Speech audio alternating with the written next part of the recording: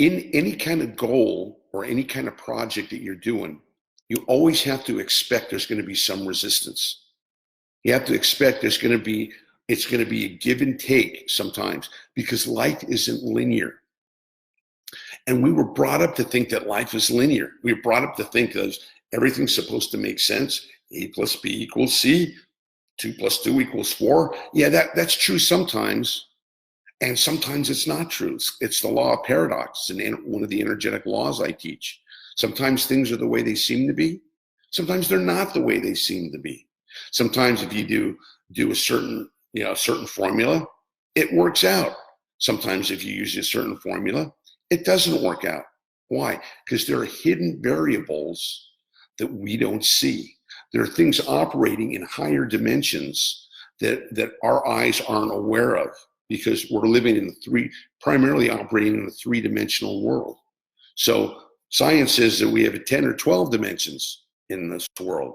So that's the case. We're seeing, 20%, 30% of what's going on, missing 70.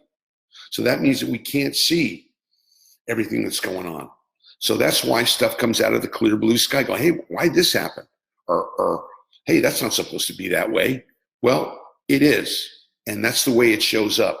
So part of the energetic laws and energy awareness is to expect in a journey that you have, whatever it is, whether it's a marriage, whether it's a business, whether it's a career, whether it's a sports objective, there's going to be resistance. There's going to be setbacks. And you have to expect that and be resilient enough to be able to weather the storms. And because we weren't taught to how to deal with resistance and frustration and setbacks, that's when a lot of people quit. When it gets tough and when it's no fun anymore, when it's just hard freaking work to move forward, that low vibration energy says, what do I need this for? It's too much of a hassle. Let's dump this. Yeah, wouldn't it be better? You gave it your best shot. Now let's just quit. So if you've ever done that, and I certainly have, because I listen to that voice. And how do you feel when you quit something that you have your heart set on or that you really want? You don't feel good when you quit. You feel disappointed. You feel frustrated. You feel it's all low vibration energy.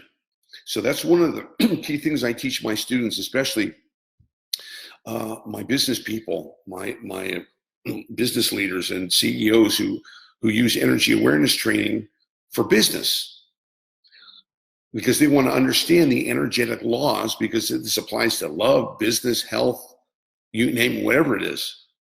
And part of that is being able to expect resistance, to be able to expect setbacks. Now, a couple examples for Kobe. In one of the early NBA finals that he was in, he shot 2 air balls. And I think they lost that finals. I'm not a Laker expert, but just on what I was observing, he shot 2 air balls, and man, he got a lot of crap for it in the finals. Shooting 2 big, where they needed a 3-pointer, and he took the shots, and they were air balls. Not what an air ball is. I'm just like, oh my God, it's embarrassing. And when they talked about it, they said, well, how'd you feel when you shot those air balls? He goes, it sucked when it happened to me, but I embraced it. I said, why did I shoot an air ball? He goes, I'm a good shooter. How'd that happen? Why did it happen? And how do I make sure that never happens again? So we analyzed it and realized that he hadn't done enough strength training in his legs. And his legs didn't have the endurance in the 4th quarter that he needed to be able to hit his shots. So immediately rectified the problem, got his legs stronger, and never shot an air ball again, to my knowledge, at least in the finals. So that's one thing. And then you guys know that he ruptured his Achilles tendon. And that was a major setback for him. Major. He was trying to win an NBA championship, and he ruptured his Achilles heel. And I think that year he was probably carrying the whole team, with his performance. And he was out for a long, long time. And he said he went through a dark night of the soul. He said, I didn't know if I was ever going to be able to play basketball again. My career might be over. I might affect the way I walk. He was pretty down and depressed about it. But Kobe, being Kobe, decided to attack his rehabilitation the same way he attacked his goal to be a world-class basketball player, and went through the pain and went through the rehabilitation. And what did the doctors say? He recovered about 3 times faster than the average person did. And he was ready to go play half the time. The doctor said, no, you better be careful. He goes, no, it feels good. So we utilized setbacks, and he utilized disappointments, and he utilized resistance to be able to move forward. And that's the thing that I remind people to in energy awareness training, that life isn't linear, that it moves in waves, and it moves in particles and waves. So sometimes you're moving up, sometimes you're moving down, sometimes you're moving up, sometimes you're moving down.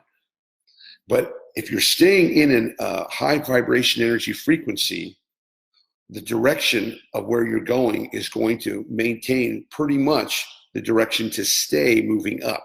Even though you may have dips in your energy, it's going to continue moving up.